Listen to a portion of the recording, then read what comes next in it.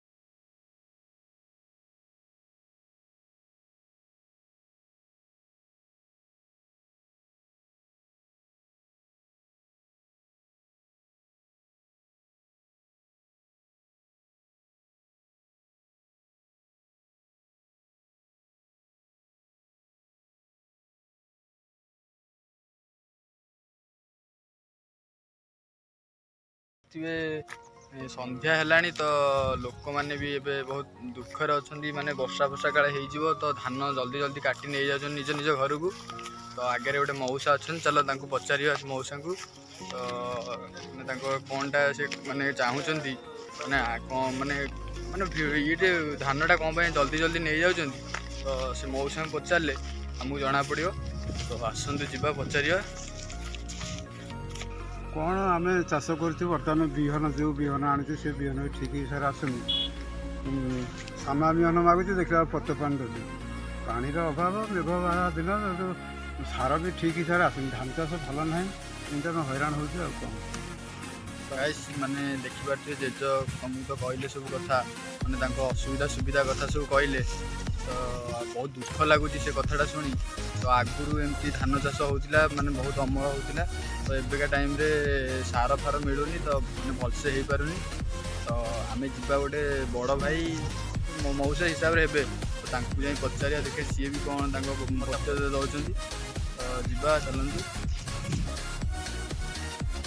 ଦେଖିପାରୁଥିବେ, ମାନେ ସମସ୍ତଙ୍କର ବିଲ କଟା ସରିଲାଣି। ତ ଏ ମଉସାଙ୍କର କଟା ହେଇନି, ତ ସେ କାଟୁଛନ୍ତି। ଚାରି ମାସ ହେଇଗଲା, ଅମାସ୍ୟାକୁ 4 ମାସ ହେଇଗଲା। ସେଟା କାଲେଇଲା ପାଣି ସକାଶେ। ହେଲେ ତାରି ଭିତରେ ଯେତିକି କଷ୍ଟ ଦୁଃଖ, ମାନେ ପାଣି ପୁରା ସେ ସାର ପକା ପାଣି ପାଣି ଥିଲା ବର୍ଷା ପାଣି ବିରାଟ ଆମର ପାଣି ଆମର ଆଗିଲା ଆମକୁ ଭଲ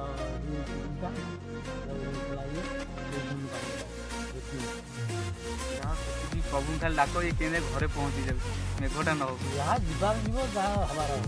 ହେଲେ ନାଇଁ ସେଇଟା ତ ହବ, କିନ୍ତୁ ଯୋଉ ମନରେ ଯୋଉ ଦୁଃଖ, ଯୋଉ କଷ୍ଟଟା ପରିଶ୍ରମ କରି ଆକୁ ସବୁ କରିଛ, ଇଏ ଗଲେ ତମକୁ ବାଧିବନି? ଯାହା ହେଲେ କଷ୍ଟ ତ ହବ ନିଶ୍ଚିନ୍ତ ଭାବରେ। କଷ୍ଟ ସମସ୍ତଙ୍କର ହବ।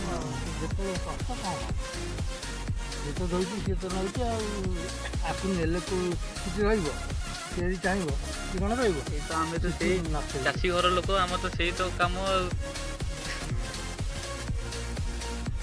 ଗାଇସ୍, ଜାଣିପାରୁଥିବେ ଆପଣ, ମାନେ ଏଇ ପାଗଟା ଦେଖିପାରୁଥିବେ, ଯେଉଁଭଳିଆ ଖରା ହେଉଛି, ମାନେ ବହୁତ ତାପମାତ୍ରାରେ ଜୋରେ, ମାନେ ମୁଣ୍ଡ କ'ଣ ହେଇଯାଉଛି ଖରାରେ, ମାନେ ବାହାରୁ ବାହାରି ହେଉନି।